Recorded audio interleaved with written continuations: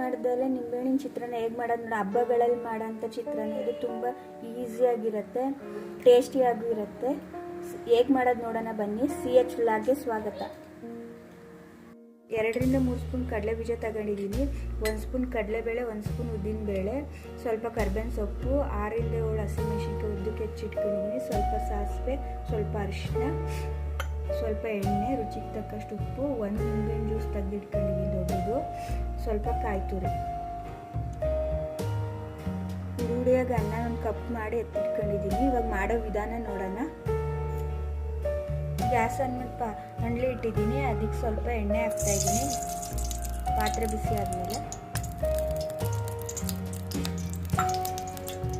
ಎಣ್ಣೆ ಕಾದ್ಮೇಲೆ ಅದಕ್ಕೆ ಸಾಸಿವೆ ಹಾಕ್ತಾಯಿದ್ದೀನಿ.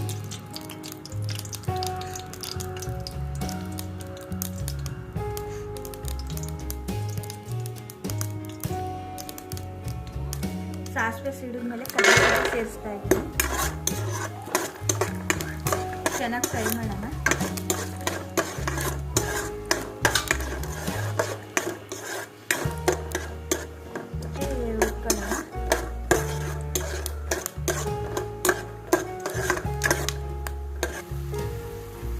ಕಡಲೆ ಬೀಜ ಫ್ರೈ ಆದಮೇಲೆ ಕಡಲೆಬೇಳೆ ಉದ್ದಿನಬೇಳೆ ಫ್ರೈ ಮಾಡ್ತಾ ಇದ್ದೀನಿ.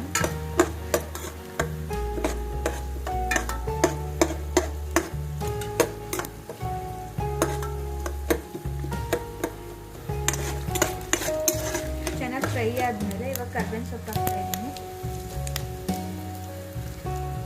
ಇವಾಗ ಹಸಿಮೆಣಸಿನ್ಕಾಯಿ ಹಾಕ್ತಾ ಇದ್ದೀನಿ.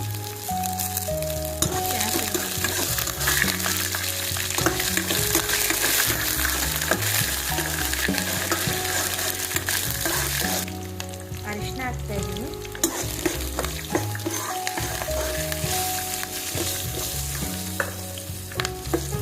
ತಕ್ಕಷ್ಟು ಉಪ್ಪು ಹಾಕ್ತಾ ಇದ್ದೀನಿ.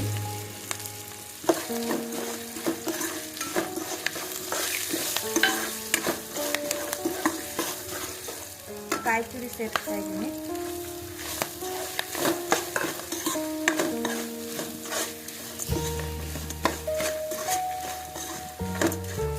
ಫ್ರೈ ಆದ್ಮೇಲೆ 5 ನಿಮಿಷ ಗ್ಯಾಸ್ ಆಫ್ ಮಾಡ್ತೀನಿ.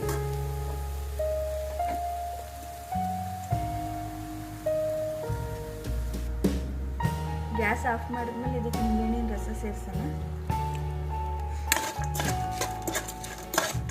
ಸೇರಿಸಿ ಮಿಕ್ಸ್ ಮಾಡಿ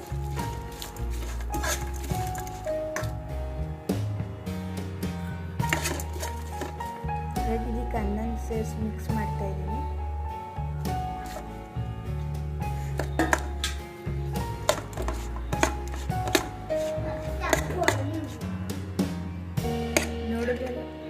ನೋಡಿದ್ರೆಲ್ಲ ರೆಡಿ ಆಯಿತು ಚಿತ್ರಾನ್ನ. ಇದಕ್ಕೆ ಈರುಳ್ಳಿ ಏನು ಬಳಸಲ್ಲ. 5 ರಿಂದ ಅನ್ನ ರೆಡಿ ಇದ್ದರೆ 5 ರಿಂದ 10 ನಿಮಿಷದಲ್ಲಿ ಆಗುತ್ತೆ. ಹುಳಿ, ಉಪ್ಪು, ಖಾರ ಎಲ್ಲ ಚೆನ್ನಾಗಿರುತ್ತೆ. ಒಂದ್ಸಲ ಟ್ರೈ ಮಾಡಿ ನೋಡಿ.